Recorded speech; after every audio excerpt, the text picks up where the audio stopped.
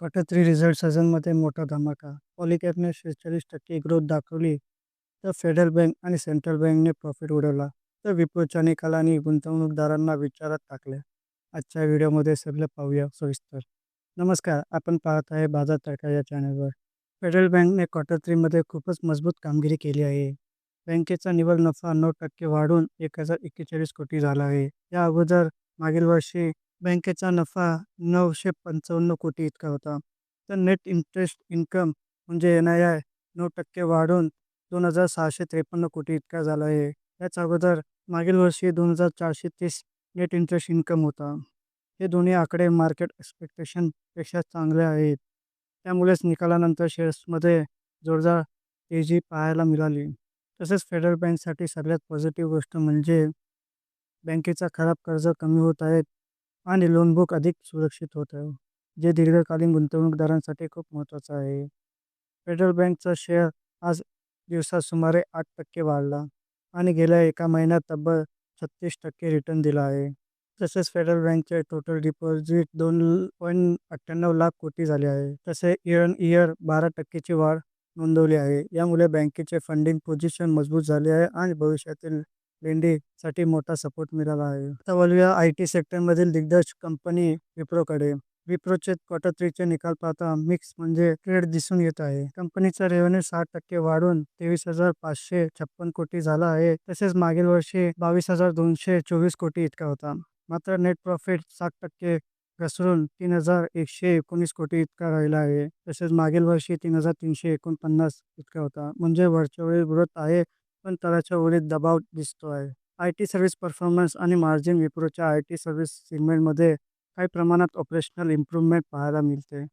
कंपनीचा operating margin 17.6% पर्यंत वाढला आहे. याचा अर्थ की नियंत्रण खर्च, इफिशियन्सी आणि एक्झिक्युशन सुधारल्यामुळे शॉर्ट टर्म आणि लाँग टर्मच्या दृष्टीने सकारात्मक मानले जाते. विप्रोचे total deal booking 5.7% year on year घटून 3.3 बिलियन इतके राहिले आहे. तर पुढील बातमी, पॉलिकॅबचे क्वार्टर थ्रीचे आकडे. कंपनीचा रेव्हेन्यू 46.18% इयर ऑन इयर वाढून 76,361 कोटी इतका झाला आहे. तसेच ते मागील वर्षी 52,260 इतका होता.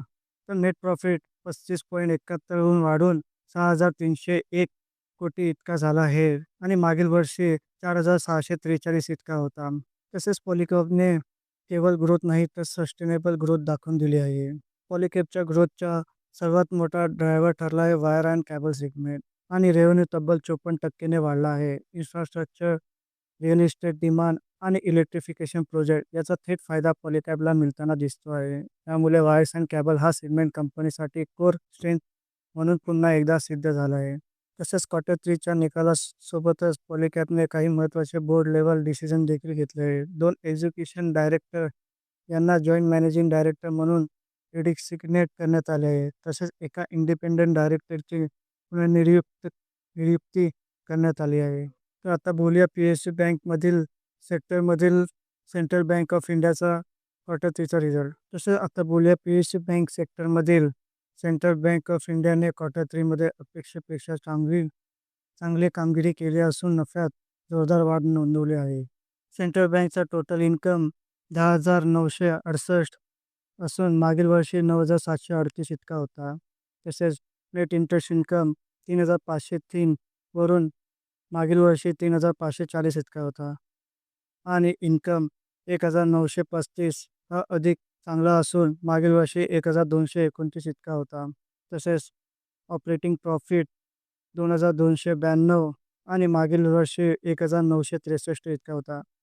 नेट प्रॉफिट बघितला तर 958 हा मागील वर्षीचा प्रॉफिट असून या वर्षी 1,262 इतका जंप केलेला आहे. आणि मोठी बातमी म्हणजे गुंतवणूकदारासाठी आणखी एक चांगली बातमी समोर आली आहे. ती म्हणजे सेंट्रल बँक ऑफ इंडियाने 0.20 प्रति शेअर्स तिसरा इंटरिम डिव्हिडंड जाहीर केला आहे. तर मित्रांनो, आजच्या क्वार्टर थ्रीच्या रिझल्टमध्ये आपण पाहिलं की पॉलिकॅबने ग्रोथने बाजाराला चकित केलं. तसेच फेडरल बँक आणि सेंट्रल बँकने बँकिंग सेक्टरमध्ये ताकद दाखवून दिली. तर विप्रोच्या निकालामधून IT सेक्टरमधील आव्हानं स्पष्ट झाली. अशाच प्रकारचे दररोज शेअर मार्केट न्यूज मराठीत पाहायचे असेल तर चॅनलला सबस्क्राईब करा, व्हिडिओला लाईक करा आणि हा व्हिडिओ तुमच्या इन्व्हेस्टर मित्रांसोबत शेअर करा.